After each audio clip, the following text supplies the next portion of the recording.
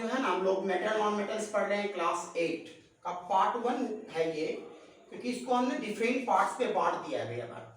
ठीक है, आज हम लोग मेटल एंड नॉन मेटल्स का इंट्रोडक्शन पार्ट पढ़ रहे हैं कि मटेरियल्स क्या होता है। क्योंकि इसके पहले आप एनसीईआरटी में देखे होंगे कि लिखा हुआ है मटेरियल्स और उसके बाद मेटल्स है नॉन मेटल्स है। तो सबसे पहले हम ये जानने का प्रयास करेंगे कि मटेरियल्स क्या होता है। तो materials are made up of same kind of particles are known as pure substances. Elements and compounds are pure substances.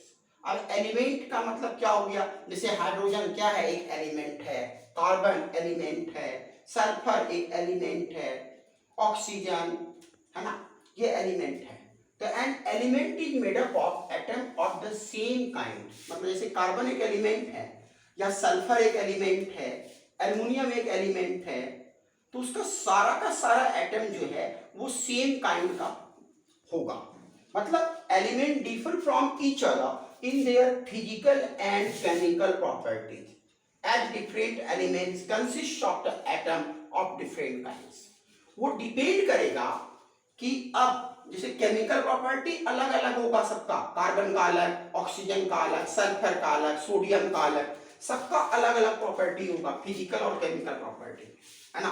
जैसे कार्बन ऑक्सीजन के साथ रिएक्ट करेगा तो क्या बनाएगा, कार्बन डाइऑक्साइड बनाएगा, और सल्फर ऑक्सीजन के साथ रिएक्ट करेगा क्या बनाएगा, सल्फर डाइऑक्साइड है ना। अब हम क्लासिफिकेशन ऑफ एलिमेंट्स आपको समझा रहे हैं। अभी in recent day 118 elements non at present. Recent information ये है कि अभी कुछ बुक में आपको 150 एलिमेंट लिखा होगा, किसी में 92 है, किसी में 102 है, लेकिन आपको क्या जानना है भैया, 118 एलिमेंट्स नॉन है एट प्रेजेंट। एलिमेंट्स को डिवाइड करते हैं, categorize into the two broad category, metals and non metals. Elements can be classified into two category, metals and non metals. अब मेटल्स और नॉन मेटल्स में भी ये सवाल होता है कि मेटल्स कैसा, तो हाईली रिएक्टिव मेटल्स में हम लोग सोडियम, पोटेशियम, एल्युमिनियम और जिंक को रखते हैं। इसके लिए हम लोग रिएक्टिविटी सीरीज ऑफ मेटल्स जो है बाद में अलग पार्ट में हम लोग पढ़ेंगे।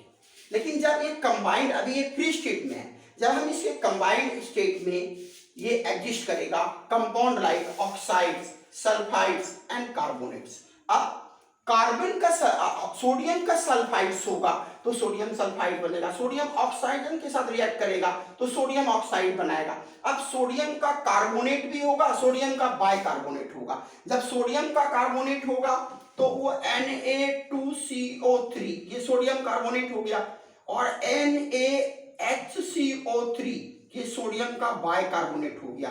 तो एग्जिस्टिंग कंबाइंड स्टेट, मतलब ये कंपाउंड बना रहा है, सोडियम कार्बोनेट बना रहा है और ये सोडियम बाइकार्बोनेट, दोनों कंपाउंड बना रहा है। मतलब करने का मतलब ये हुआ कि ये सारे हाईली रिएक्टिव मेटल है, लेकिन ये सारा अब गोल्ड है, सिल्वर है, प्लेटिनम है, ये सारा लेस रिएक्टिव क्या है, हमारा लेस रिएक्टिव मेटल है।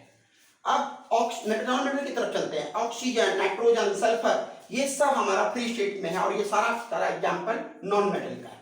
अब ये एग्जिस्ट करेगा कंबाइंड स्टेट में, सल्फर एग्जिस्ट करेगा सल्फाइड्स के फॉर्म में, सल्फेट्स के फॉर्म में है ना। लेकिन कार्बन एग्जिस्ट करेगा है ना नेटिव फॉर्म में, 3 इसका इलेक्ट्रॉन्स ऑफ कार्बन होता है और एग्जिस्ट करता है carbon, exist in combined state, diamond as a form of diamond, graphite and buckminsterfullerene या जनरली नोन एज फ्लोरेंस। और इसमें कार्बन 60, मतलब C60 का मतलब इसमें total number of carbon buckminsterfullerene में कितना होता है, 60 कार्बन होते हैं भैया।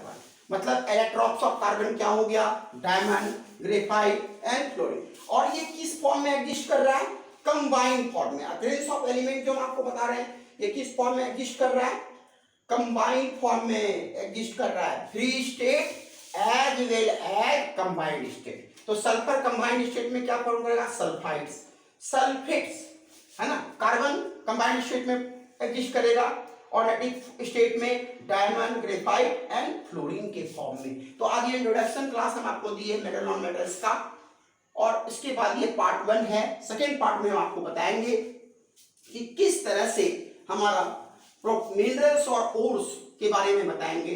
नेक्स्ट क्लास में हम आपको मिनरल्स और ओर के बारे में बताएंगे जिसमें हम आपको बताएंगे कंसंट्रेशन किस तरह से करते हैं, उसका रिडक्शन कैसे करते हैं, मेटल और उसका रिफाइनिंग कैसे करते हैं मेटल्स का, और डिफरेंट ओर्स के बारे में आपको समझाएंगे।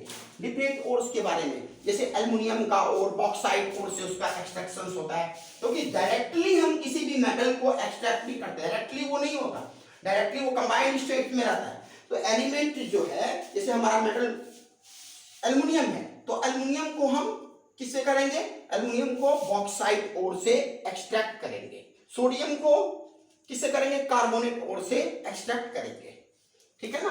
तो उसी तरह से हम डिफरेंट ओर्स पढ़ेंगे, ठीक है। मरकरी को सिनेबार से, जिसका फॉर्मूला होता है HgS, मरकरी का सिंबल HgS, ये सिनेबार का होता है ना।